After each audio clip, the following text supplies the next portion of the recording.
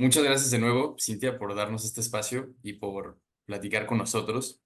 Para empezar, nos gustaría hablar un poco del Festival de Poesía en Voz Alta, un festival que ha sido más bien dinámico, con enfoques y con participantes distintos a lo largo de los años y con Casa del Lago como organizador principal.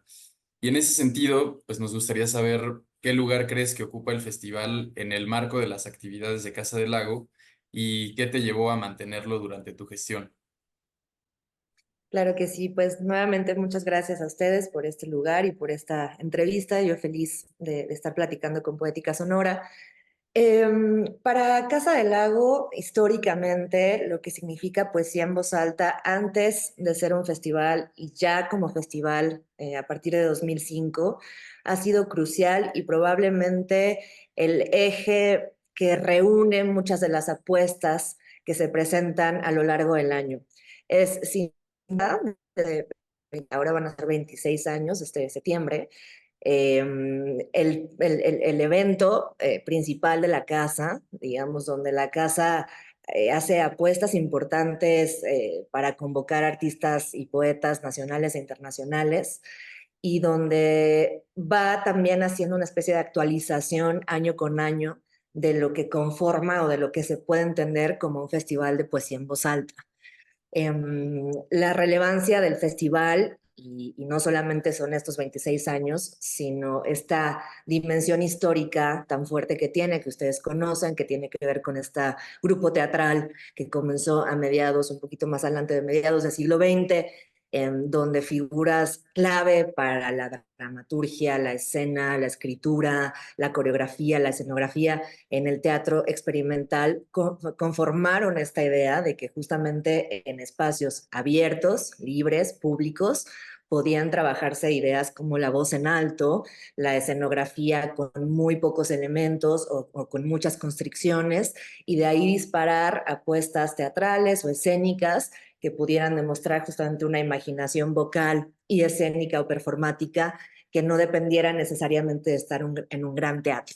Poesía en voz alta en esos orígenes además conectó con grupos tan importantes después, incluso sindicales como Cleta, conectó después con otro tipo de prácticas que vinculan el sonido y la poesía, y en fin, dejó una especie de legado, unos primeros trazos de lo que significaría hoy el festival. Y luego a partir de 2005, con esta, la verdad, tan destacable visión de José Luis Paredes Pacho como director de Casa del Lago, se hace ya festival y mantiene ese nombre. Y me parece que a partir de entonces, las y los directores que hemos seguido a cargo de esta dependencia, hemos justamente querido mantenerlo por eso, por su relevancia histórica, porque se puede reunir en ciertos momentos del año las apuestas sobre intermedialidad, interdisciplina, experimentación, relación entre performance, voz y otras disciplinas y otros lenguajes. Y además vincula, ya decía, distintas figuras, tanto del presente, de la escena contemporánea, como del pasado. Para mí, de estos últimos 4 años ha sido crucial. Yo misma me formé como público, o gran parte de mi idea de lo que significa público y de lo que significa hoy la poesía en voz alta fue gracias a que asistí como público a este festival años atrás. Entonces, para mí ese es fundamental también lo que logra ese festival y por eso es tan importante mantenerlo, porque va formando audiencias año con año, va formando un público muy expectante que está muy abierto a ver qué cosas va a proponer la casa, y es un momento donde la casa puede marcar también varios statements, me parece, respecto de lo que entiende por estos cruces disciplinares. Me ha parecido muy importante mantenerlo por ello, es algo a lo que dedicamos 3 días, a partir de mi gestión son 3 días al año, con actividad muy intensa, con un diálogo internacional muy fuerte y tratando de proponer cosas que pocas veces el público de la Ciudad de México puede ver además de manera gratis y libre en el bosque. Alguna vez me preguntó algún periodista que si me parecía relevante todavía seguirle llamando poesía en voz alta, y le dije que sí, que a pesar de que ha cambiado mucho la manera de entender este festival y las cosas incluso que se presentan en él, la marca tan simbólica que tiene la frase poesía en voz alta, que puede confundir al principio y puede entenderse que es solamente poesía oral, ¿no? O recitación, que también puede haber eso, pero mantiene, ya decía, esa marca histórica, esa marca simbólica y nos abre a otros panoramas respecto de lo que cada año se presenta aquí. Hablabas también un poco de la importancia histórica que ha tenido en el festival los espacios, sobre todo los espacios al aire libre. Y bueno, en muchas ediciones los recintos también cambian, y también pues nos gustaría saber durante tu gestión cómo se ha comportado la relación multisedes y quiénes han colaborado con ustedes. Claro. Bueno, para empezar, dentro de la casa es importante decir que lo que hemos intentado hacer en los últimos años es ocuparla toda, porque uno de los statements también que queremos presentar es que, y ahorita hablaremos quizá de los títulos últimos que hemos puesto al festival, toda la línea que convoca los últimos 4 años es que el contacto y la recuperación del espacio público se hace justamente a partir de la voz y de la voluntad del decir. Y en ese sentido hemos querido abrir la casa para que esas voluntades del decir, ya sean manifestadas como poesía, o como arte sonoro o como performance, puedan darse lugar en un espacio además libre y público todavía, como es el Bosque de Chapultepec.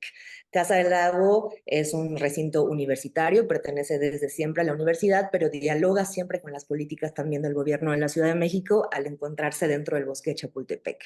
Y esa pequeña pausa o ese pequeño territorio al que convoca Casa del Lago se quiere cada vez más libre y más abierto.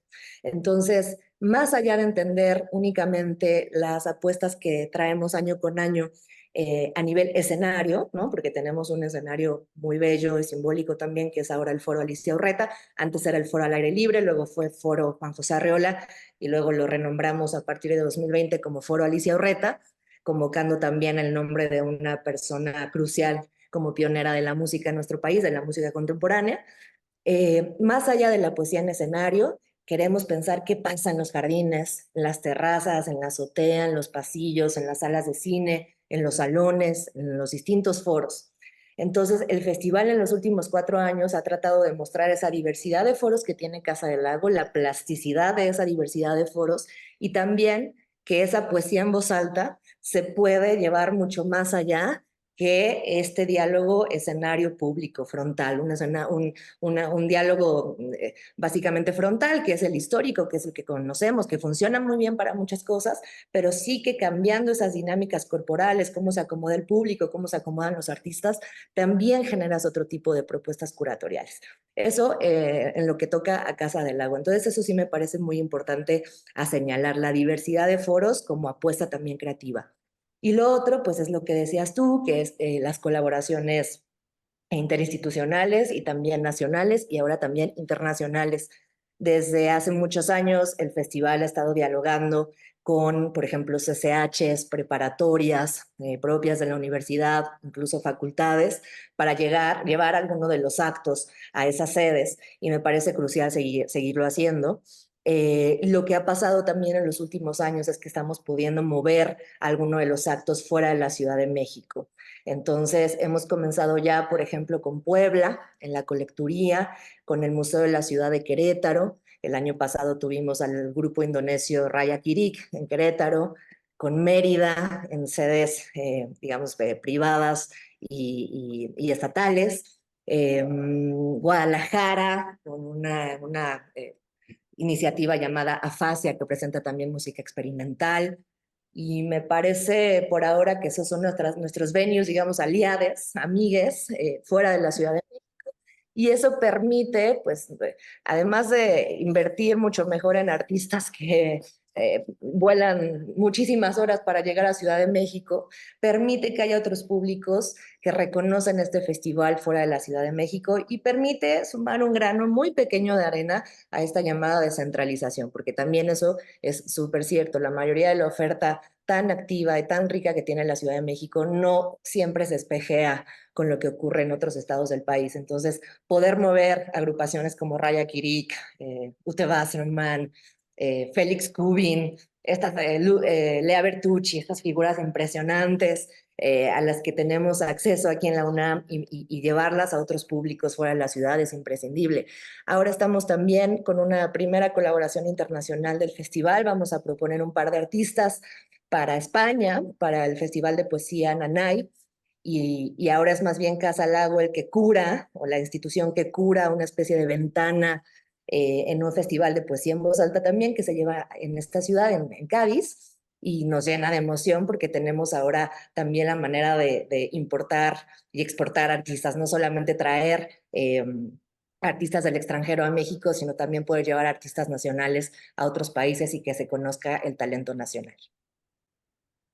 Perdón, sobre esto, Cintia, dices el papel de curadores, ¿a cargo de quién está ese proyecto, por ejemplo? ¿Y En quiénes son los artistas que están pensando llevar o todavía eso no se sabe? Sí, no, ya les escogimos. Una de ellas es Concepción Huerta. Es una artista sonora muy joven y sin embargo con una trayectoria cada vez más impresionante.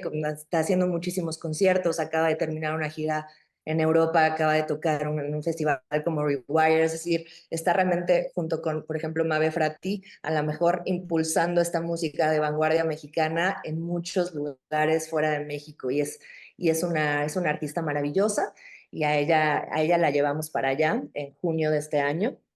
Y el otro es Murkov, que es un artista tijuanense, eh, ahí sí con una trayectoria casi que pionero en el arte sonoro en México. Él lleva viviendo en España hace mucho tiempo, él vive en Bilbao y fue una buena coincidencia también estos hallazgos y poder pues estar cerca más bien ahora de ese lado.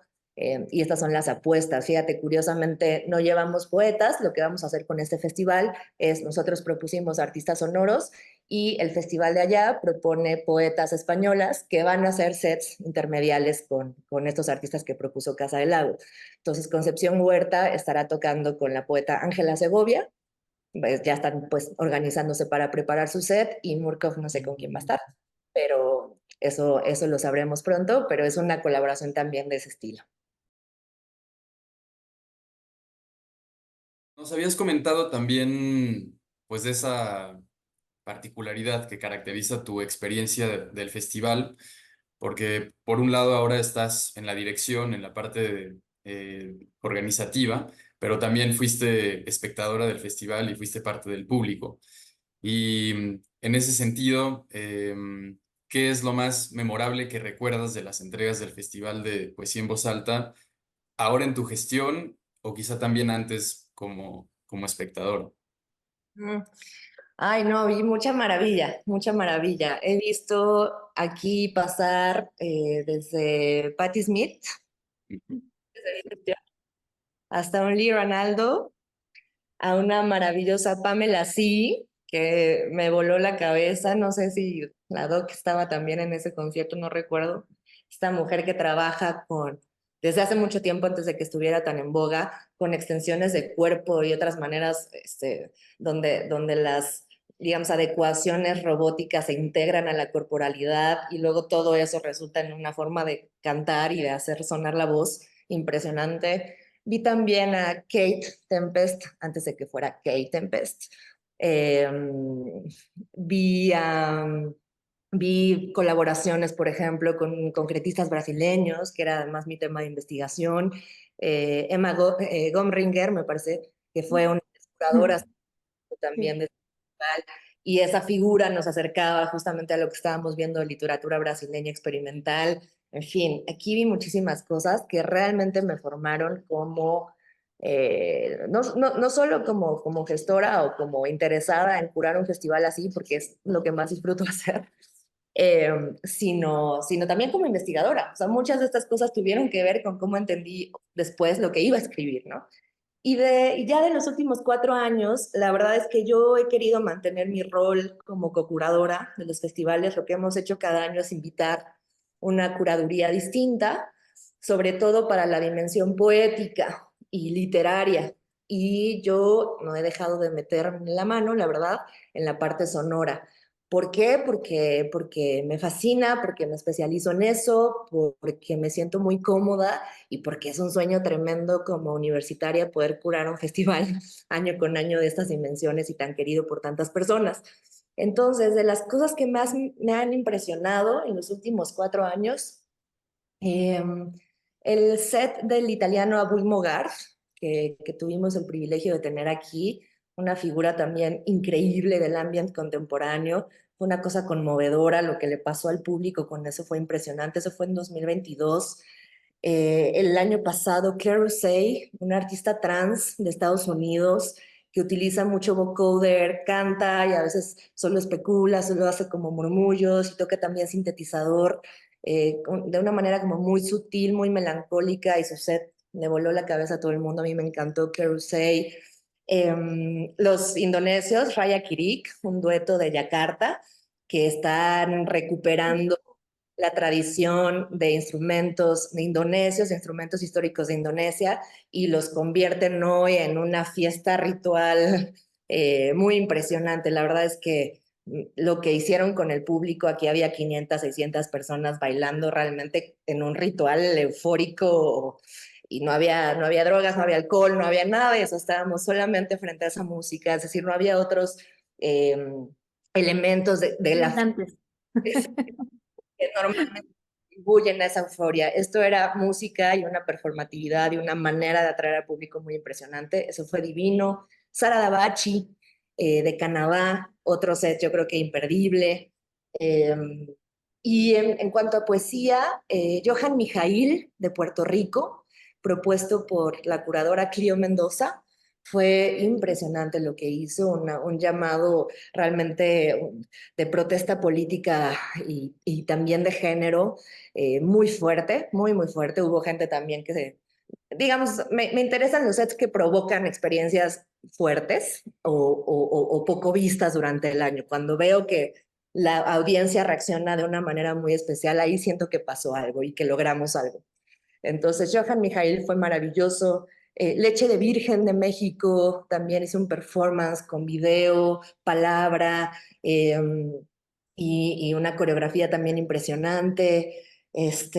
Sí, yo creo que Yaisa Mendoza también, o sea, ha habido aquí ciertas figuras en los últimos 4 años que dejan marca definitivamente en el festival y en la casa. Y bueno, pues como en casi todos los festivales, cada nueva directora o cada nuevo director aporta su propia visión a los programas. Y ahora comentabas, pues esta búsqueda o este ímpetu por provocar, por generar reacciones. Más allá de eso, ¿qué sello particular piensas que distingue al festival durante tu gestión en relación con las gestiones pasadas? Quizá en cuanto a temas, a selección de curadoras, de actividades, de difusión. Y también ha cambiado la conciencia y el proceso de llevar registros de las actividades ahora que cuentan con el archivo de poesía en voz alta. La manera en que yo creería, no sé qué tan sutil o no sea para el público, pero ha sido muy consciente desde este lado que hemos querido aportar al festival, es la idea de que la palabra comienza antes de la palabra, que la palabra no está en el decir y no está nada más en un sentido discursivo cuando la palabra ya está diciendo y está significando algo, sino que la palabra comienza con, ya decía hace rato, una voluntad de decir, pero también con un montón de movimientos corporales, guturales, de los huesos, de la piel, del contacto con el otro, ¿eh? Y ahí, en esa formulación, hay muchísimo que explorar para un festival de poesía, porque eso te permite pensar en el murmullo, en el gesto, en el eco, en el grito, ¿no? Hemos tenido, por ejemplo, recientemente también a una Bárbara Lázara pensando el grito, versus un artista que no trabaja con la palabra, pero que sí está pensando lingüísticamente sus procesos. Lo que permite una apuesta así, decir que la palabra comienza antes de la palabra, en la punta de la lengua, como diría Pascal Quignard, es ampliar actividades de lo que significa poesía en voz alta. Y entonces, claro que también hay poesía en voz alta, pero hay un proceso muy, muy anterior donde otras disciplinas tienen mayor cabida. Entonces, hemos presentado instalaciones sonoras, esto es bastante nuevo. La última, por ejemplo, también muy impresionante fue la que le comisionamos a Félix Bloom. Él nos entregó 7 horas de rituales funerarios de todo el mundo, grabaciones de todas partes del mundo, eran canciones con voz de lamento o de rituales funerarios, en un compilado pues internacional y además muy, muy potente, y venía gente solamente a escuchar eso. Eso nos permite integrar ciclos de cine, donde otras y otros artistas han explorado también la voz desde sus propios territorios, muchas veces territorios fuera de las megalópolis.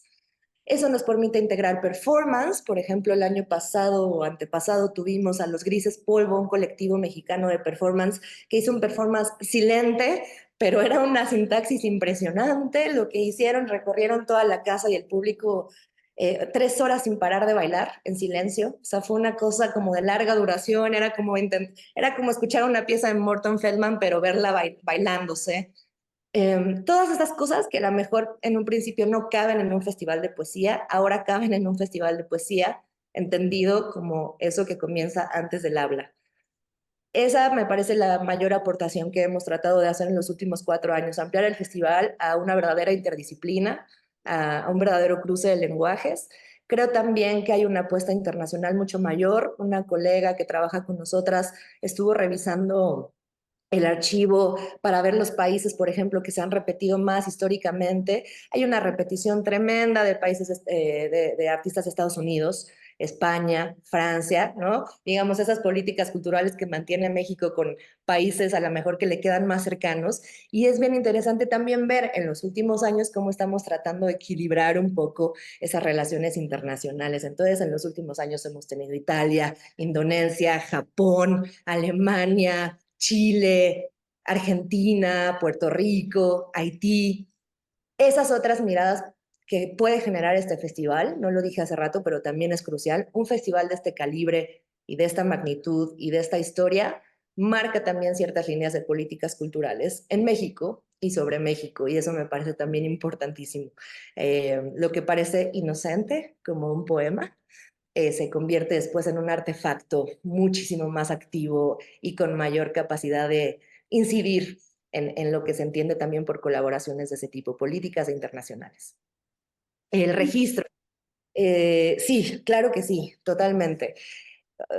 Entiendo que ahora pasaremos al tema del archivo, pero por supuesto que esa revisión de archivo y entender lo necesario que era pensarse desde un principio, lo difícil que ha sido encontrar cosas, la cantidad de material seguramente que está perdido o regado por ahí al que llegaremos o no, los pocos estudios como los que ustedes están haciendo ahora para entenderlo y formar otras historias de lo que se entiende por poesía contemporánea, porque eso es lo que se hace al estudiar un archivo, formar otras historias, nos dieron una conciencia mucho mayor, no solo de la documentación de los actos que pasan durante los 3 días, sino también, como tú decías, Bruno, cómo se divulgan, hacia dónde queremos llegar.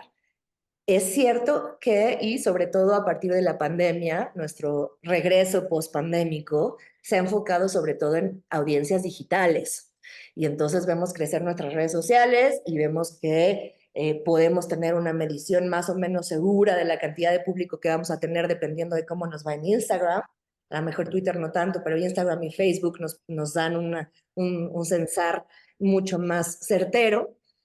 Pero hay un montón de otras cosas, de las personas que toman el Metrobús día con día, de los estudiantes que están en CEU, de las personas que están en otras periferias, o no están aquí justamente en la Miguel Hidalgo sobre Reforma, a los que queremos llegar. Entonces, las estrategias de difusión han sido cada vez más amplias, nos hemos aliado con muchos medios de comunicación.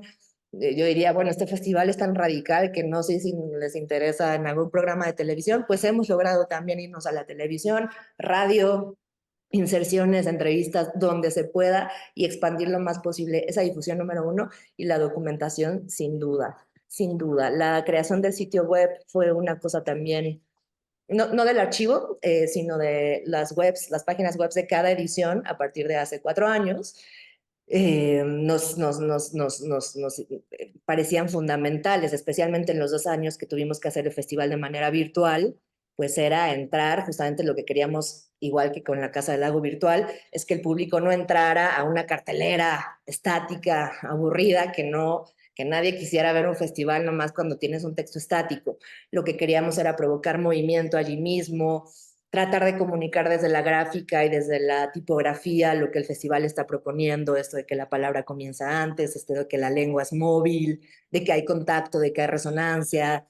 Tuvimos un torneo de ajedrez web, entonces había participantes de todo el mundo en nuestra página de Casa del Lago jugando ajedrez, en fin, como esta movilidad desde, a través y fuera de la pantalla ha sido muy importante para nosotros y claramente esto viene de una conciencia a partir del archivo. Y sobre esa misma línea, pues parece que el archivo podría dar cuenta precisamente de todos estos desplazamientos que se han dado de gestión en gestión y a lo largo de los años. Visto desde el archivo, ¿qué giros temáticos y de formato sientes que ha tomado el festival en su desarrollo? Pues como decía hace rato, siento que hay mucho eco entre lo que cada gestión quiere proponer de manera general, sus ejes generales de trabajo, y lo que se puede reunir y mostrar a partir de este festival.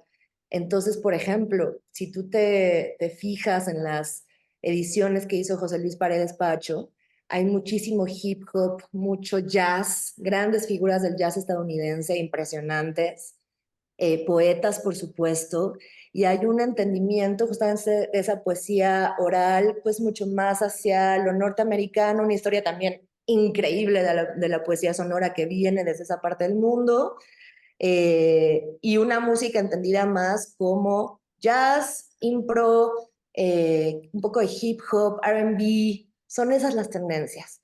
Y eso, y si te fijas también en el resto de cosas que hizo esa gestión, al menos musicalmente, ves un paralelismo entre eso.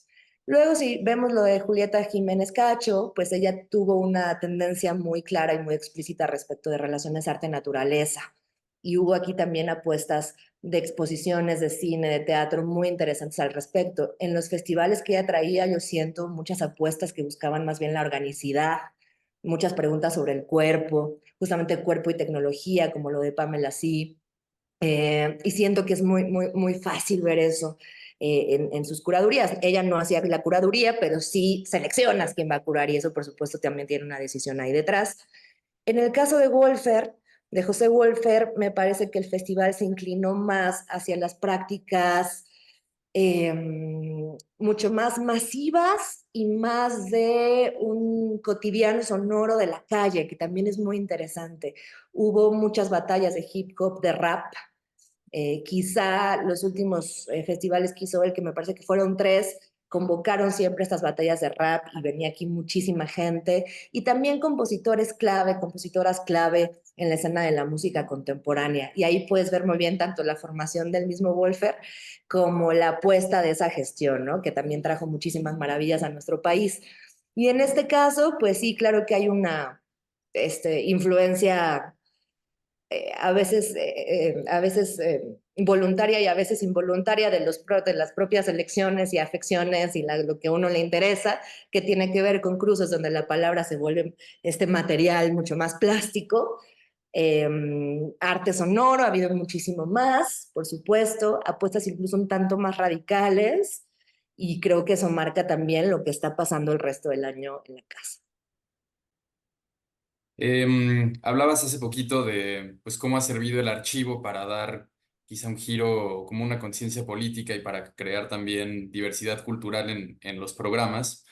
Em, Todas estas herramientas que ha ofrecido el archivo formaban parte de un esquema preestablecido o forma parte de un proceso que se ha ido dando conforme se ha creado y se ha desarrollado este archivo. ¿Cómo les ha ido informando lo que requerían?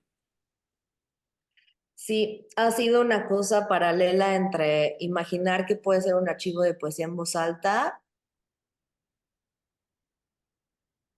con qué herramientas tanto humanas como tecnológicas contamos, qué información puede alimentar ese archivo y luego qué de esa información nos permitió entonces estructurar la manera en que se iba a ver hasta ahora. Cuando empezamos a ver, por ejemplo, que sí había, y ahí le quiero dar el crédito sobre todo a Fabiola Garza Talavera, quien trabajó con nosotros esos 2 primeros años y con quien hicimos este archivo realmente, ella trabajó muchísimo para ello, junto con nuestro equipo web también, Eduardo Marañón y Luis Fernando Colchado.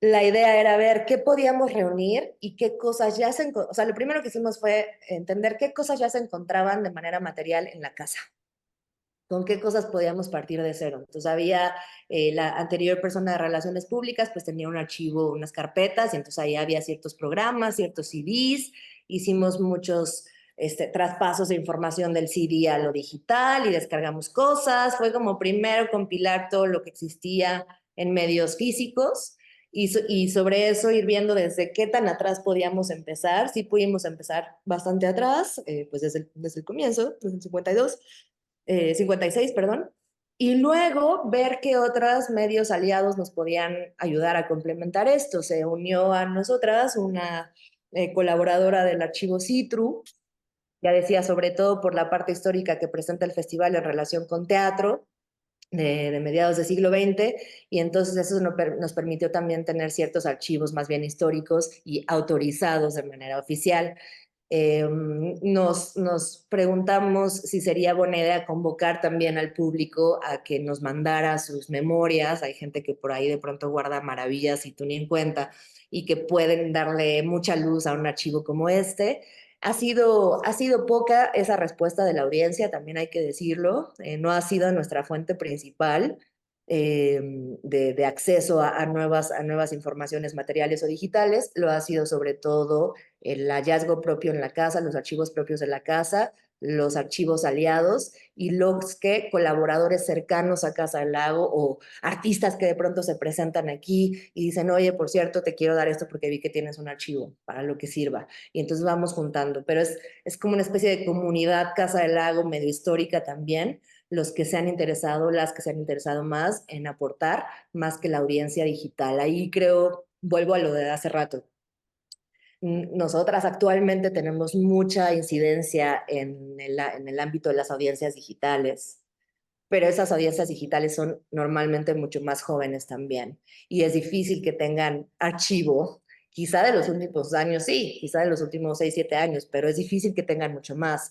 A quienes nosotras tenemos que llegar ahora es un público que a lo mejor no es ese de Instagram, que a lo mejor no es ese de Twitter, que está en otros lados, que algunos de ellos son artistas, algunos de ellos fueron profesores aquí también, pero también algunos de ellos vinieron a ver cosas, eso, desde quienes estaban en Cleta. Por ejemplo, sería interesante preguntarle a Cleta qué tienen, que nos quieran compartir, sin pelear. Sería interesante. Ese es un trabajo muy importante que tenemos que hacer. Empezar a llegar a otras personas que estuvieron aquí cuando nosotras no. Al inicio de la conversación, hiciste énfasis en los statements que se podían llegar a hacer como institución.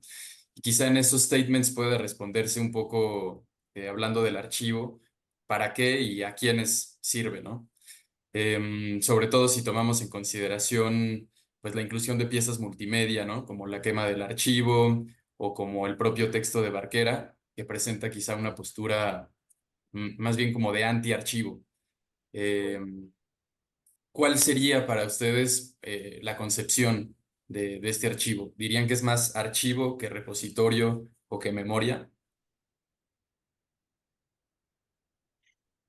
Yo creo que como equipo, porque hubo muchas personas que participamos en la discusión de esto y en la revisión de las piezas y de las propuestas de activaciones digitales y demás, sí lo queremos seguir pensando como archivo. O sea, creo que sí es la palabra que hemos decidido usar, porque creo que también queremos que este archivo discuta con los otros que existen similares o no. O sea, hay un acercamiento. Ha habido pocas, pero muy valiosas discusiones al respecto de esto en la universidad, donde están las personas tanto de GETIC, por ejemplo, la Dirección General de Tecnologías, o una Mirna Ortega desde Voz Viva y Descarga Cultura, o equipo del MUAC, su archivo Arqueya, Chopo con su mediateca. Entonces, estas distintas, y bueno, facultades también que tendrán sus archivos, pero sobre todo estos archivos que manejan actividades artísticas y documentos artísticos también, históricos, se ha discutido mucho justamente si estamos cumpliendo lo que prometemos con un título así. Y entonces esta pregunta, sobre todo, por ejemplo, del repositorio, salió varias veces en esas discusiones. ¿Estamos dando qué y qué implicaciones tiene decirle al público que tienes acceso a un repositorio? De acceso, de búsqueda, de hacer cruces de información allí mismo, de poder llevarte la información para usos personales o laborales, todas las cosas que cruzan tanto acceso, prácticas legales, prácticas éticas, visualización, integración. Son discusiones muy valiosas porque son interdisciplinarias también.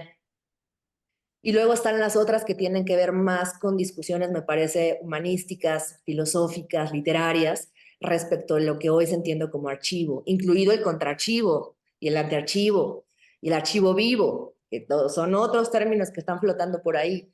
Entonces, seguirle llamando archivo poesía en voz alta, con varias deudas, sobre todo en términos de funcionamiento, y eso creo que sí lo tengo muy claro, nos permite esto que queremos, incluirnos en esas discusiones.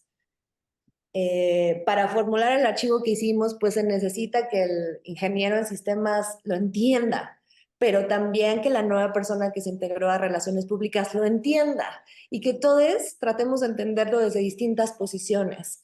Esa discusión me interesa. Y luego sumamos justamente a artistas o a investigadoras que les interesan los temas, que ya están trabajando con temas de historia, del arte mexicano, y que puedan dialogar o comentar.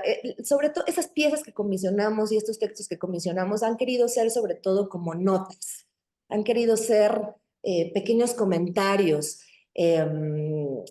para que el archivo de nuevo no se convierta en algo estático. Eso nos permite también a nosotras seguir imaginando que esa cosa está viva, ojalá.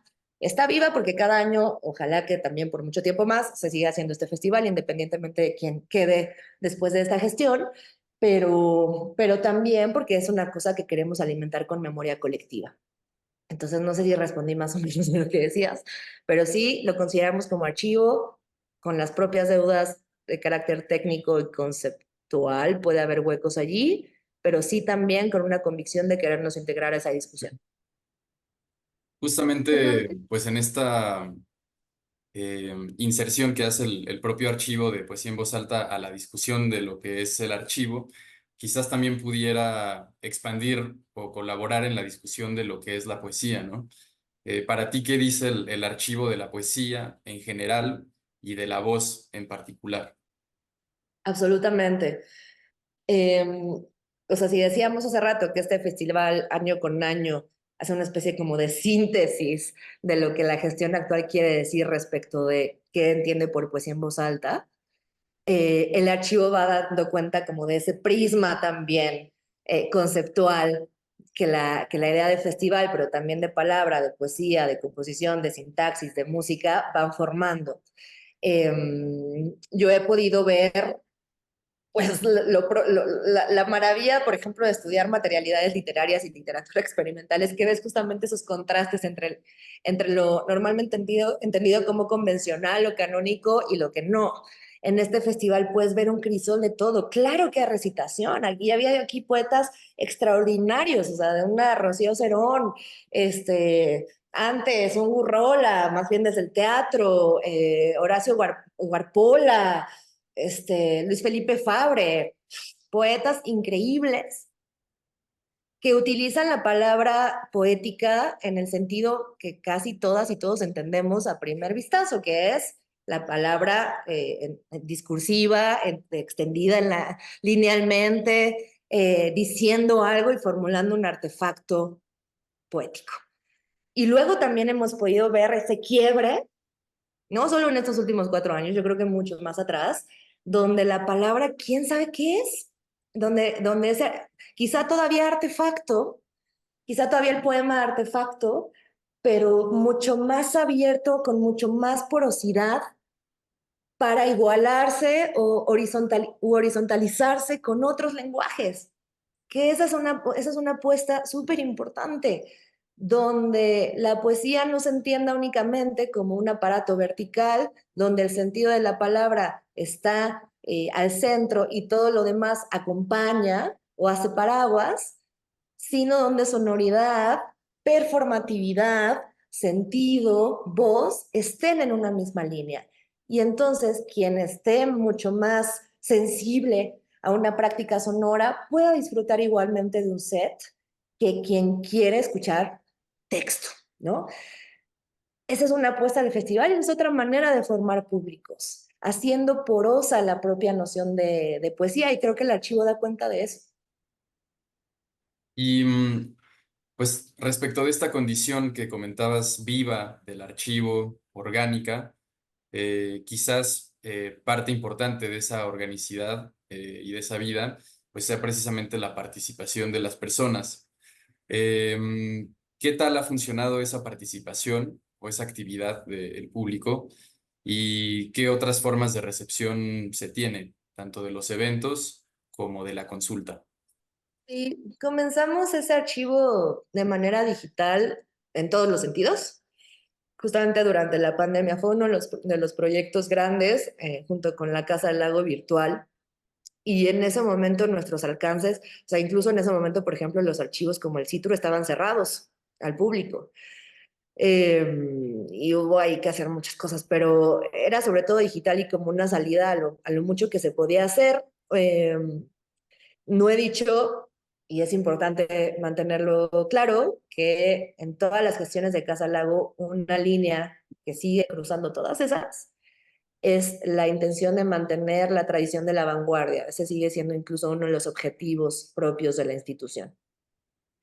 Y esta tradición de vanguardia que comienza una Arreola como primer director de este lugar y que ha ido tomando distintas variaciones también en los últimos 66 años, están marcados aquí y en una historia enorme de la institución en esa materia. El archivo digital, pues en voz alta, quiere ser un satélite de un archivo mayor, que es el proyecto en realidad al que apostamos.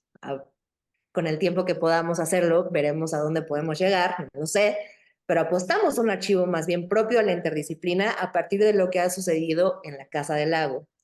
Uno de esos ejes cruciales, por supuesto, con el que pudimos empezar porque había materiales a la mano, fue poesía en voz alta, pero hay muchísimas otras cosas que van haciendo espejos. Entonces, eh, haríamos una cosa normalmente distinta a la que normalmente se hace. Normalmente se empieza, o sí, creo que normalmente se empieza con archivos físicos, materiales, donde las personas pueden acceder a eso. Uy, se nos fue. Sebastián. Te dije, no, Bruno, no, te estoy contando. Este, y luego, justamente bajo una tendencia en los últimos, a lo mejor 15 años, todos los archivos empezaron a digitalizarse. Como respuesta justamente a un miedo a la supervivencia o al fin de los archivos, a la precarización de las instituciones, que esa sigue muy clara, etcétera. Lo que nosotras quisiéramos hacer es convertir más bien ese archivo digital en un archivo físico, junto con las otras cosas que pueden ir formulando eso. Hay un espacio destinado, estamos pensando que puede estar destinado para ello. Es complicado porque hay muchas líneas administrativas, sindicales, presupuestales que cruzan estos temas también. Pero sí la historia de Casa del Lago da para tener un pequeño, muy pequeño quizá al comienzo, centro de documentación, donde parte de eso sea la remediación de lo que ya hicimos digitalmente al espacio físico y donde haya otras posibilidades de intervención propias del archivo. En el archivo web pudimos quemar simbólicamente lo que estaba en esa web, porque justamente no se quemaba. Es decir, pudimos especular con eso y jugar a imaginar qué pasaría si se pierde eso y qué se puede seguir leyendo en los residuos y demás. Pero esa sería una pieza que definitivamente tendría completamente otras implicaciones en el espacio de lo físico. Entonces, eso también acompaña, me parece, el estado presente, no solo de Casa del Lago, sino de cómo estamos haciendo cultura hoy en México y en el mundo a manera híbrida, donde haya contagios, pero donde también cada dimensión, la física y la digital, puedan tener sus propias implicaciones y sus propios ejercicios. Por ejemplo, las obras Site Specific que estamos comisionando desde hace 4 años, justamente se preguntan por eso, ¿qué significa trabajar en el bosque, en esta arquitectura, con estos trabajadores? O sea, las condiciones y contextos reales de un espacio físico, y son muy distintas a las obras digitales que podemos comisionar, también Site Specific, como esas que comisionamos para el archivo digital. Entonces, pues para allá va. O sea, el archivo necesita crecer. Por un lado, necesitamos implementar otras metodologías de acercamiento a público que quizá quiera participar, porque no las estamos hallando en Internet. Necesitamos encontrar un archivo un poco más móvil y hacer mucho más evidente su existencia, y luego imaginar cómo va a convivir con un archivo más bien físico que maneje varias líneas, además de la de poesía en voz alta.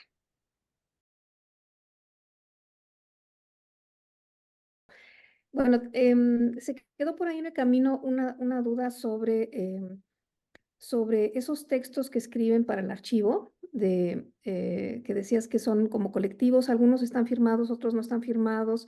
¿Qué implicación tiene eso también de que se escuchen las voces, digamos, y con nombre, ¿no? Y porque sí, es colectivo, pero al mismo tiempo, pues, saber quién está interviniendo, quién está donando, quién está comentando. ¿Qué tan importante es eso? O más bien es como la voz institucional, ¿no? La que de pronto se ve en el archivo. Esa era una que se me quedó por ahí en el camino. Pero en relación con esto que dices de de los distintos niveles en los que se está pensando también el archivo móvil, ya digamos, como una incubadora de un archivo más general de las actividades de Casa del Lago.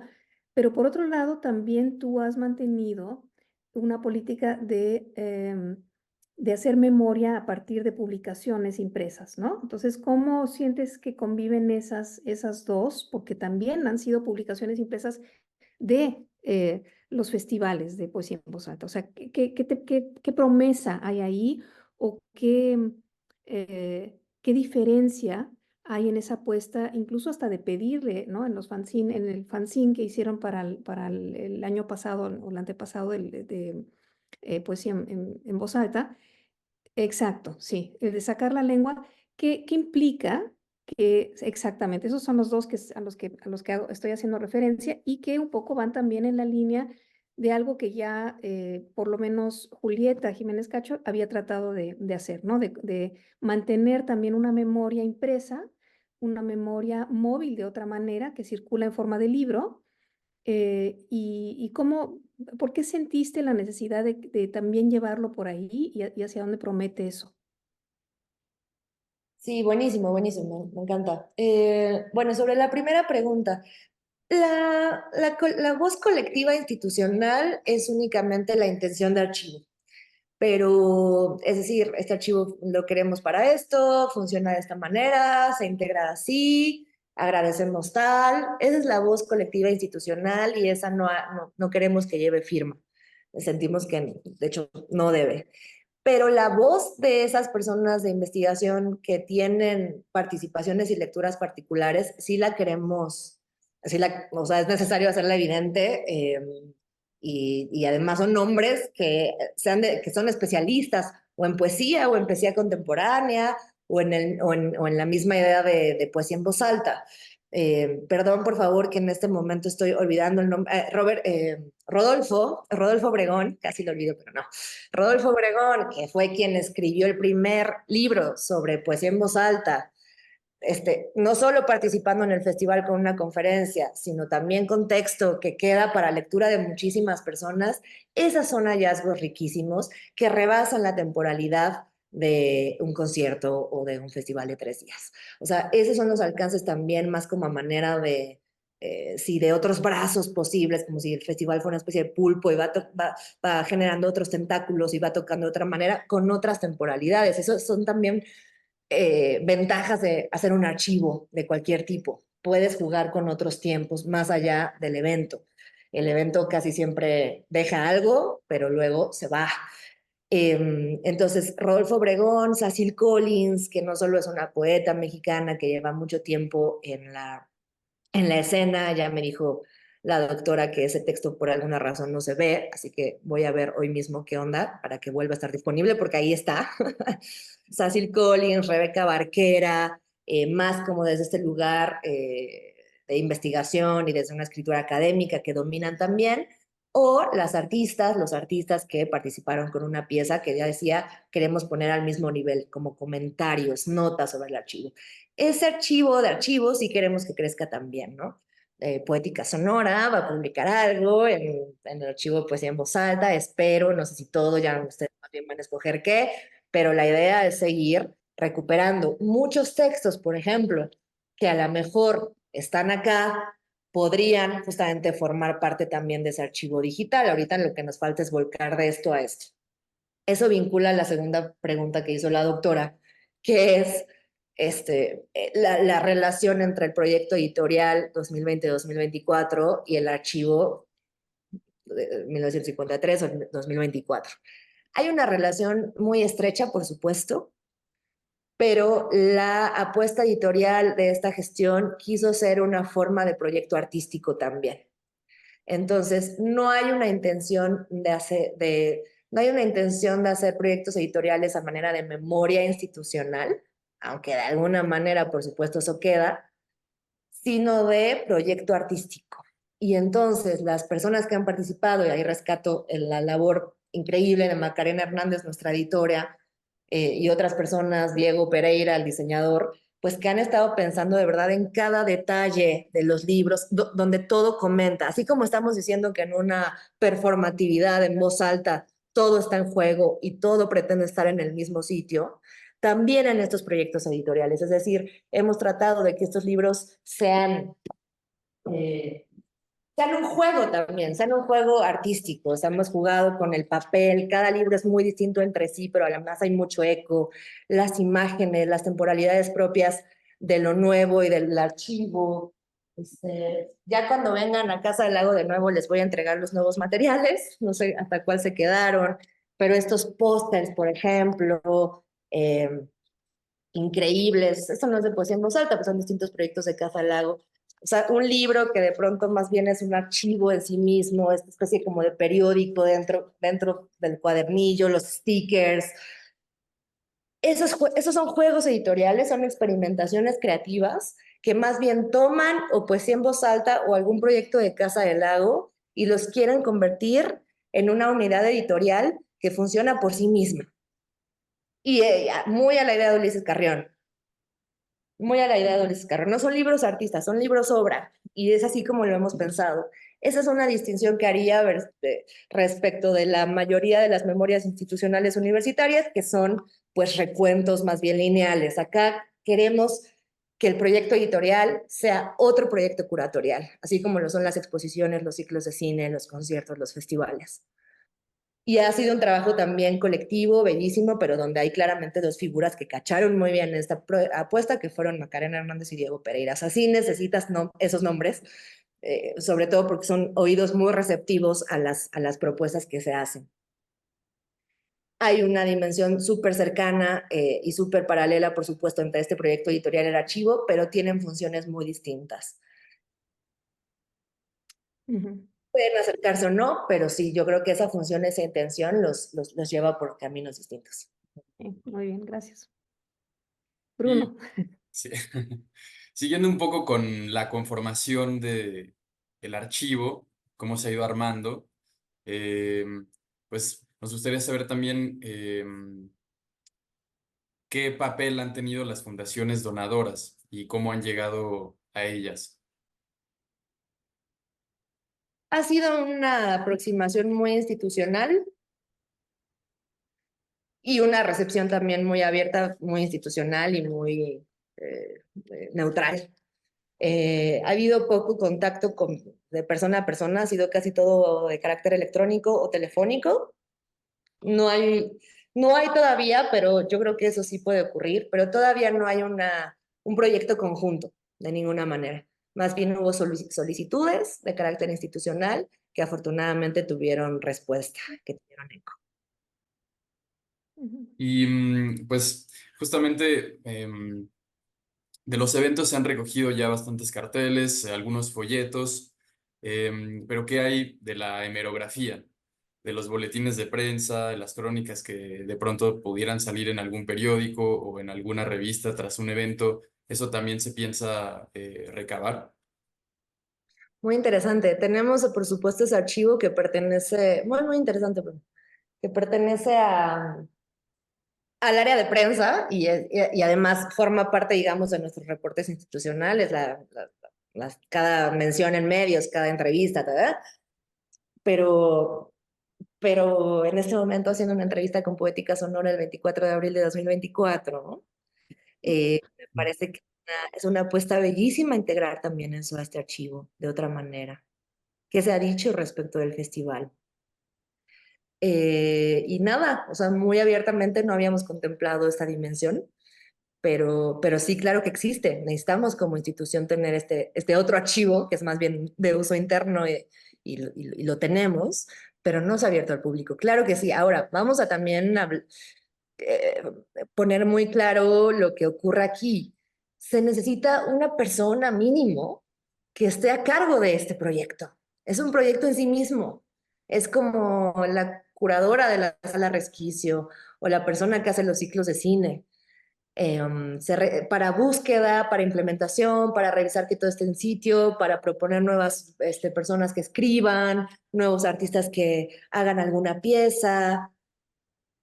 Y para poder tener eso se necesita una línea presupuestal. Eso es bien importante decirlo, porque sí, porque no existe, o sea, tú tienes que jugar con un presupuesto anual y que al menos en esta dirección necesitamos anualmente duplicar para poder hacer el programa que tenemos en todos los sentidos.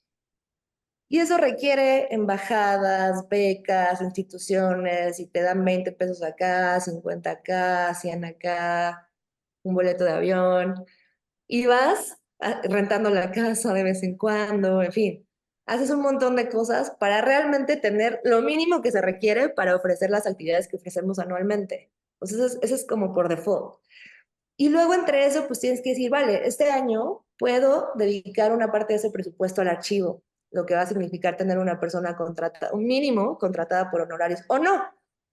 Ahorita las personas que han estado a cargo del área de relaciones públicas, que tienen muchas cosas en sus tareas, tienen un seguimiento más bien administrativo respecto de este archivo. También por eso no me sentía lista en este momento de que hubiera una segunda entrevistada.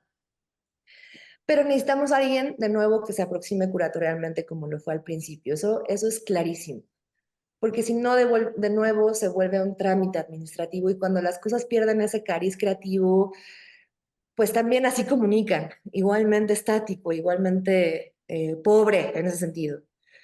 Entonces, no, solo decir eso, que es un esfuerzo institucional porque no existe una línea presupuestal dedicada a los archivos en las instituciones culturales, al menos no en donde aquí trabajamos.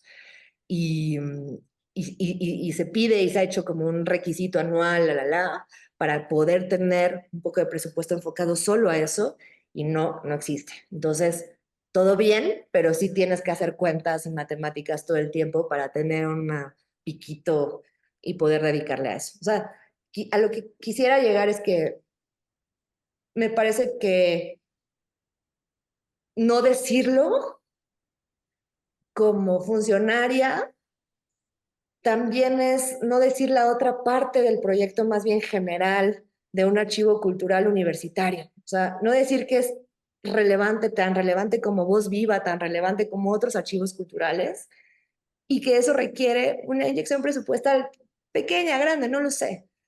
Pero siento que ahí es más bien una estructura mayor la que necesita voltear a ver sus propios legados en ese sentido. Pues en voz alta es un piquito de todo eso, lo sé, es un pequeño satélite entre tanta maravilla, pero es importante, muy importante.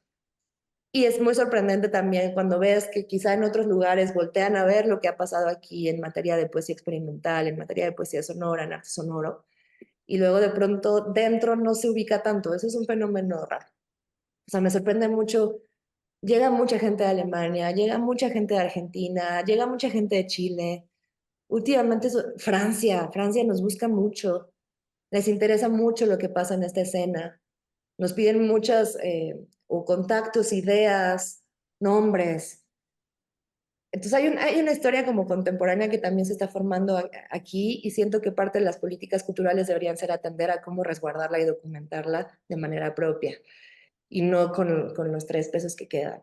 Me preocupa solo un poco eso, la verdad.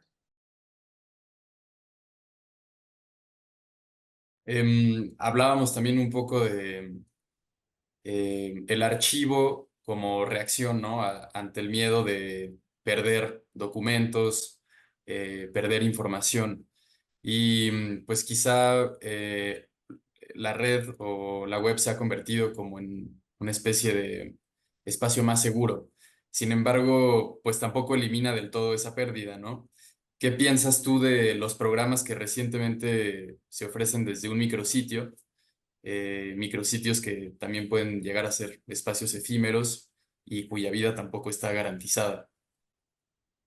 Pero totalmente. Una de las peticiones, por ejemplo, que he hecho al equipo, sobre todo de redes y de sistemas, ha sido hacer, primero en digital, guardados periódicos de los estados en los que Casa Lago va haciendo esta historia última reciente. Cómo se veía Casa Lago en 2020, cómo se veía en 2021 esta obra, porque versus toda esta confianza que se tiene en la digitalidad, lo que está ocurriendo es todo lo contrario. Además, estos proyectos digitales antes duraban un poco más. Estamos viendo ante nuestros ojos caer archivos fundamentales a nivel global. Ya cayó Hugo Webb. A ver, Hugo Webb parecía infinito mientras Kenneth Goldsmith estuviera vivo. Pues ya no existe. Eh, no me voy a poder acordar el nombre de todos, pero hemos visto en los últimos meses las noticias de pérdidas de archivo o porque no se pueden sostener o porque ya el Internet propio se ha modificado y tiene otras líneas también de funcionamiento económicas, algorítmicas, que ya no dan cabida a un archivo de libre acceso público colectivo. Entonces, la vida de estos archivos digitales, a mi parecer, a menos que haya espacios todavía autónomos, va a ser cada vez más corta. Entonces, cuando estábamos en un CIPAD hace 10 años hablando de la vida de los archivos digitales y hablábamos de qué, no sé, 10, 15 años, hablamos hoy de una vida mucho, mucho más corta que eso. Porque, de nuevo, no tiene que ver nada más con que haya una persona al frente, tiene que ver con que haya una manera de mantenimiento, con que el usuario también tenga un sistema que corresponde a esa forma de lectura, con que el sistema siga actualizado y permitido por las grandes empresas. O sea, son tantos factores, algunos los puedes controlar y otros no, porque Internet no está en manos de la comunidad. Ya, se sabe, Internet está en manos de 2, 3 personas. O sea, los capitales digitales son 3, 4 personas, como lo son los otros capitales. Entonces, de acuerdo a esas políticas es que nos moveremos en la web. Así que, más que nunca, reitero lo que te decía hace rato, Bruno, de empezar en la web por razones que fueron coyunturales, prácticas, iniciativas digitales, porque en ese momento era lo que queríamos y teníamos que hacer y podíamos, pero luego más bien este también furor por el regreso a la materialidad es importante, súper importante. Entonces, respaldo digital y, por supuesto, cuidado propio de los materiales con los que se cuenta. Y entre esas nos movemos. Y eso también requiere dinero, pero, pero es así, totalmente de acuerdo. Aquí, pues, tenemos un equipo que le da seguimiento y ya, pero también podría ser que en un par de gestiones, pues, eso ya no interese. Y esa página simplemente en el momento en que el sistema ya no corresponda, imagínate. Entonces, trabajo de tantas personas, de tanto tiempo, de tantas colaboraciones. Uf, sí hay Oye, que... y tanta riqueza, o sea, es muy rico lo que ya está ahí, o sea, sí es importantísimo que no se pierda, de verdad, ¿no? No, pero hay muchísima conciencia de eso. Así... Tengo nada más, perdón, el reloj nada más para que no tengamos ahí algún problema de tus agendas, pero si todavía tienes tiempo y Bruno y Sebastián todavía tienen preguntas por hacer, que como ves, no, sí teníamos bastantes cosas que reunimos y en voz de Bruno se están articulando yo creo muy bien. ¿Tienes todavía unos minutos? Sí, si quieren acabamos a las 12, si les parece bien. De mi parte Bueno, ya nada más quedaría una pregunta. Entonces, si quieren la hago. Y que tiene que ver justamente con pues, todos estos nuevos problemas que plantea lo digital, sobre todo pues, respecto de la recepción, eh, cómo se pueden medir quizás la vitalidad de los sitios o su vigencia.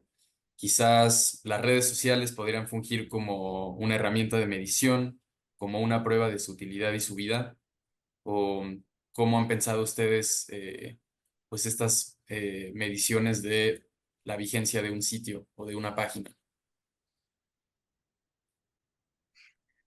súper interesante pregunta. Quería decir muy brevemente que una de las líneas de trabajo que también fue coyuntural y tuvo que ver con el estado pandémico que todo lo hicimos digital, fue justamente marcar una línea de políticas de lo digital, que es un tema que también me ha interesado hace mucho tiempo.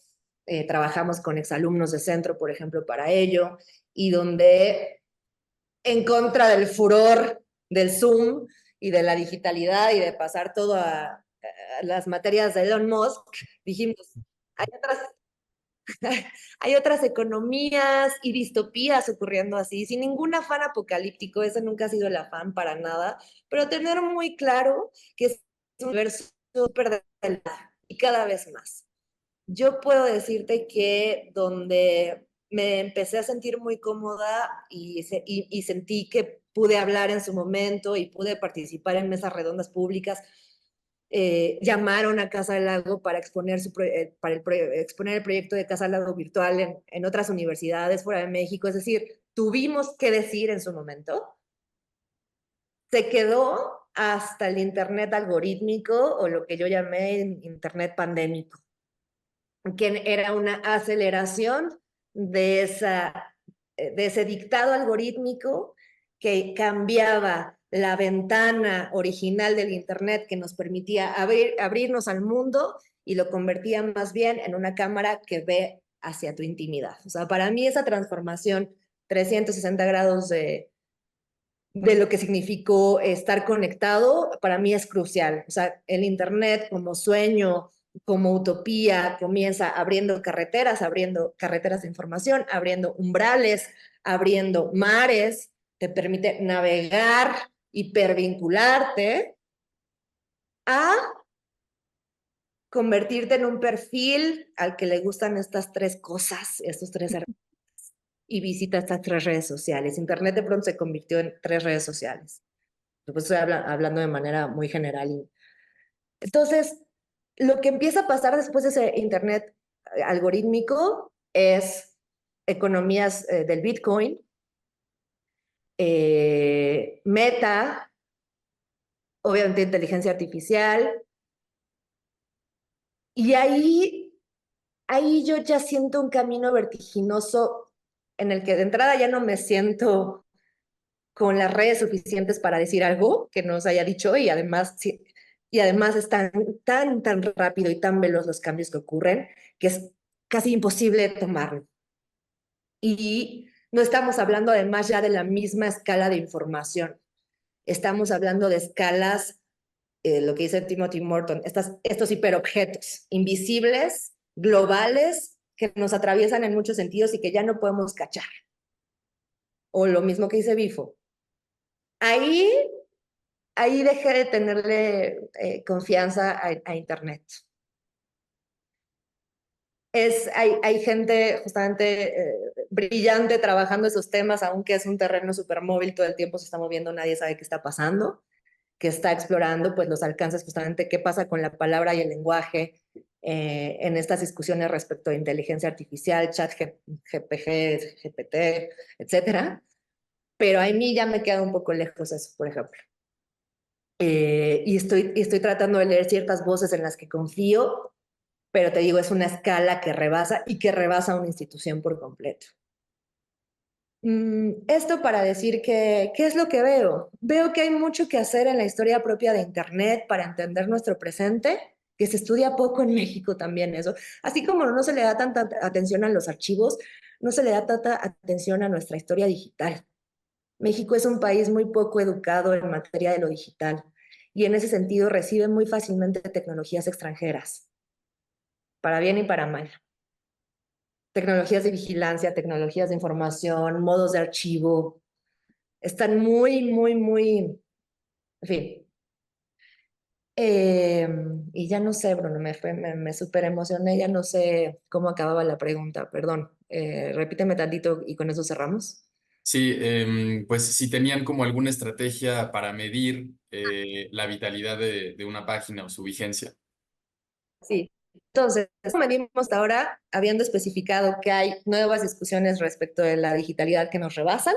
Seguimos midiendo, por supuesto, en términos de números de acceso, no necesariamente en redes sociales, sino cómo se traduce acceso, clic, tiempo de página y engagement, comentarios, con lo que pasa en el espacio físico. Perdón, ¿eso lo tienen para el archivo también? Eso lo Para tenemos para... Y entregamos mediciones también de eso. Ok. Sí, cuántas, y eso, si fuera de interés, podría pedir hasta donde sea como, o sea, una cosa que se puede entregar, mientras no sean datos sensibles, se pueden entregar. Claro, o sea, visitantes al día, visitantes a la semana, por mes, todo eso se puede medir. Tiempo de estadía, por ejemplo, en la Casa del Lago virtual había una estadía de 5 minutos, 4 minutos, es muchísimo para una página web. Normalmente una página web tiene 20 segundos, 30 segundos de estadía. Ahí puedes reconocer un poco si está funcionando, si hay un interés ahí. Y luego en redes sociales, que también preguntabas, sobre todo si hay engagement. ¿Cómo sabemos que hay engagement? La gente comenta más y comparte más. Entre más se comparte, vuelve a ser como esto de boca en boca y entre más personas cercanas a ti ves recomendando el evento. Cuando yo empiezo a abrir Instagram y empiezo a ver que gente, ya no Casa Lago, sino otras personas están recomendando el evento, sé que va a venir mucha gente. Y luego eso no significa nada hasta que se traduce aquí físico, en el espacio físico. Sí, súper interesante esta relación entre lo físico, lo que realmente ocurre, y lo que por otro lado también realmente ocurre, pero en lo virtual, ¿no? Entonces son varios mundos que se compaginan y varios espacios y estar explorando el archivo de poesía en voz alta es una maravilla, realmente. No sé, también Sebastián, si quisieras agregar alguna inquietud, como ya decíamos al inicio, ¿no? Él está viendo más bien esa parte hacia atrás, pero bueno, no quiere decir que nada más se haya quedado atrás, sino está también muy activamente interesado en todos estos temas, ¿no? Sí, no, todas estas cosas sí, de teorizar sobre el Internet y las relaciones digitales me encantan, ¿no? Ahorita que te estaba escuchando. Pero sí, yo como que habíamos platicado en algún momento, ¿no? Esta idea como de trabajar el archivo, pensar el archivo, todas estas cosas. Y después de dar con el proyecto, ¿no? Que le comisionaron a Carla Lamoyi, donde se hace la recuperación como de todas estas autoras, ¿no? Estas entrevistas que están increíbles. Am, Me pareció como un caso particularmente interesante el de Elena Garro, ¿no? O sea, como desde que su debut como dramaturga es en poesía en voz alta, ¿no? En el segundo evento, en qué contexto aparecen sus obras. Y entonces, a mí me parece como que habría alguna manera de entender como su obra desde ese sentido, ¿no? Quizá, como tú dices, no es un sentido oral, pero sí creo que el archivo nos puede, como el archivo que tiene, ¿no? En Casa del Lago, nos puede ayudar a ver cosas que quizá luego no son tan claras en lo que ella hace. Eh, y ya después como de ver mucho como los programas, ¿no? Las fotos que hay de esos eventos, parecen como dos festivales distintos, ¿no? O sea, en el Poesía en Voz Alta del 57, ¿no? Con lo que nos platicas ahora de Poesía en Voz Alta de estos últimos 4 años. Y sin embargo, me parece que sí hay resonancias, ¿no? En el programa se habla mucho de la palabra comunal, ¿no? Hay mucho de esta idea de llevarlos hacia comunidades, ¿no? Bueno, hacia hacer comunidad por medio de la palabra, ¿no? Y a mí eso me resonó mucho con lo que tú comentabas, sobre todo en la primera mitad de la entrevista. Em, pero sí, yo más bien como que me gustaría solo saber si tú encuentras como alguna resonancia entre esos primeros eventos que eran muy, muy de teatro, ¿no? Quizá como en un sentido más convencional y lo que siguen haciendo ahora, ¿no? O si crees como que ha cambiado, ¿no? Y ya no hay tanto en común, ¿no? O solo es como un momento histórico que vive el proyecto, ¿no? O sea, ¿tú cómo ves esa relación? No, yo creo que está muy conectado y que incluso parte de las líneas curatoriales es hacer evidente esas conexiones con la dimensión histórica del festival. O sea, quiero pensar, por ejemplo, en la obra de teatro más corta del mundo, de Gurrola. Es una obra de 30 segundos que tuvimos hace un año o 2 años aquí, representada, por supuesto, bajo otra dirección escénica y con otra actriz. Y fue impresionante la recepción del público, la cantidad de gente que vino a ver 30 segundos de la obra de teatro más corta del mundo de Gurrola en 2023 o 22 fue. Porque muchas de las preguntas que se hizo ese grupo de teatro, incluida de teatro y de escena, más bien era como de escena experimental, de la Garro y de Leonora Carrington y todas esas mujeres que recupera tan valiosamente Carla Lamoji, eran líneas experimentales que hoy siguen generando ruido en los espacios convencionales. O sea, yo creo que esa inquietud de despertar, de modificar, de quebrar, de radicalizar el uso de la palabra y el uso del performance en escena, justamente tiene semilla en ese grupo del 56. Y por eso es que se recupera el nombre en 2005 y por eso es que en 2024 lo seguimos manteniendo. Es ese espíritu y ciertas estrategias incluso performativas. O sea, ya lo que decía hace rato, el uso idealmente horizontal de lenguajes, de cruce de lenguajes. Eso ocurría ya ahí.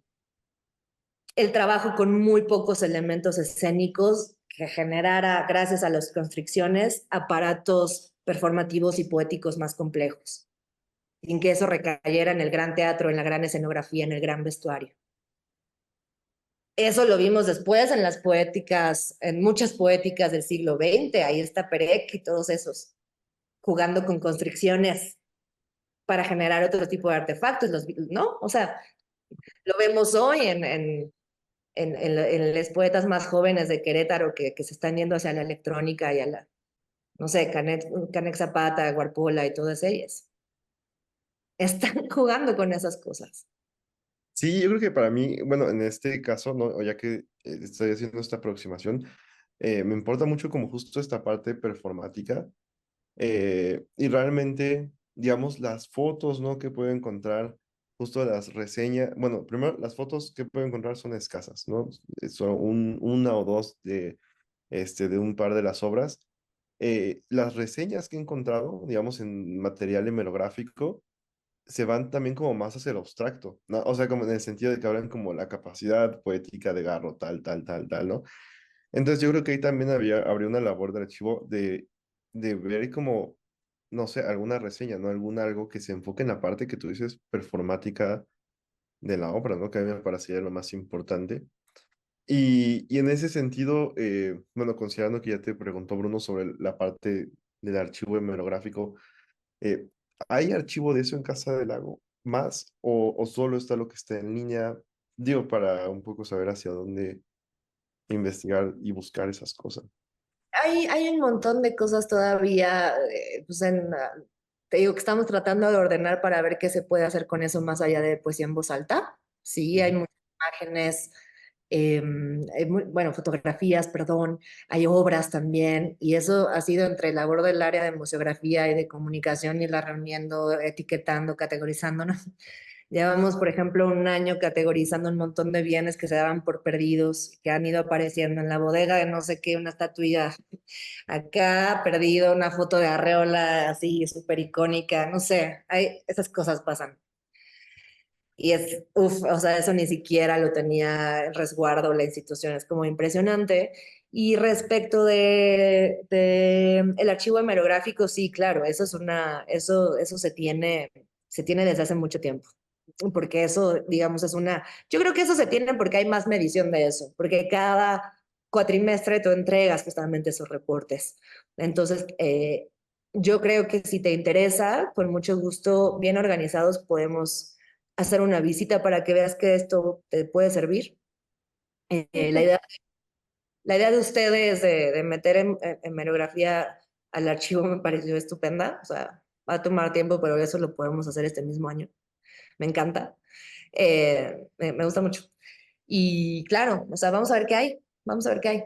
Nos han pedido, por ejemplo, recientemente cosas de Paula Weiss y dirías, ¿what? Pues hay. Que pasaron cosas muy importantes aquí. Ujú. Eh, Sí, sí, sí. Y no, y por supuesto que era una relación histórica y es bien importante revisarla. O sea, una de las líneas justamente son pioneras, ¿no? Pioneras que muchas de ellas tuvieron lugar aquí. Alicia Urreta, por eso le pusimos al foro así. Rosario Castellanos, las internacionales también, todas estas mujeres de poesía en voz alta, todos esos perfiles, eh, este año que se cumplen 66 años de 66 años de Casa Lago, vamos a tener es parte también de archivos de Radio UNAM. En Radio UNAM también hay cosas, muchas cosas. En Fonoteca Nacional, como, no sé, hay muchísimas cosas que decir, sobre todo en literatura, teatro y poesía. Sí, bueno, pues yo creo que por mi parte ahora eso es todo, ¿no? Para ir empezando y muchas gracias, no solo por esto, sino todo lo que decías al principio para mí me da como toda otra perspectiva, ¿no? A las cosas que venía pensando, entonces, muchas gracias a todos. Eh, Muchas gracias, Cintia. No sé, Bruno, si quieras tú cerrar, que has sido nuestro moderador y nuestro entrevistador estrella del día de hoy. No, pues igual reiterar el agradecimiento, creo que ha sido una plática muy rica y que precisamente pues nos ha abierto el panorama sobre lo que busca hacer Casa del Lago como institución y sobre pues justamente pues no solamente la conservación de un festival que desde sus inicios ha sido muy ambivalente, como entre la tradición y la vanguardia, y ha tratado de expandir todas esas fronteras, sino que ahora con el archivo y con el sitio web y con todos los nuevos retos que plantea lo digital, pues sigue, ¿no? En constantes retos y sigue, pues, añadiendo a las discusiones sobre la conservación de los documentos, de la información y también de la poesía y de la voz. Y creo que pues es una labor muy importante como institución para seguir repensando todas estas actividades culturales y todo lo que puede surgir a partir de eso, ¿no? No solamente desde pues esta actividad académica, sino también desde un entusiasmo, ¿no? Que creo que es lo que hace que todo surja y que se nota y que en esta conversación, al menos a mí me quedó muy claro y pues dan muchísimas ganas de seguir explorando y de seguir asistiendo a los festivales hambriento. Entonces, pues muchas gracias de nuevo por por esta plática. Fue muy enriquecedora y pues seguiremos en contacto. Gracias, Bruno. Qué belleza escucharles, escucharte. Gracias a ustedes por las preguntas maravillosas que nos ponen a pensar también. Tomé algunas notas, o sea, muy bien, muy, muy rico, pero es porque de ambos lados hay entusiasmo y muchas ganas también de complejizar los procesos, de pensarlos mejor.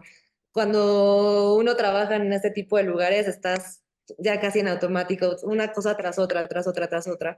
Y de pronto cuando hay espacios como este, más como de reflexión, de hacer una parada, de pensar muy bien hacia dónde, quién se ha involucrado, el por qué, es importantísimo para una institución repensarse así.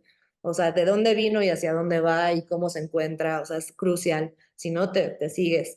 Y muchas gracias también por sus palabras y por sus preguntas tan articuladas. Me encantó dialogar con ustedes.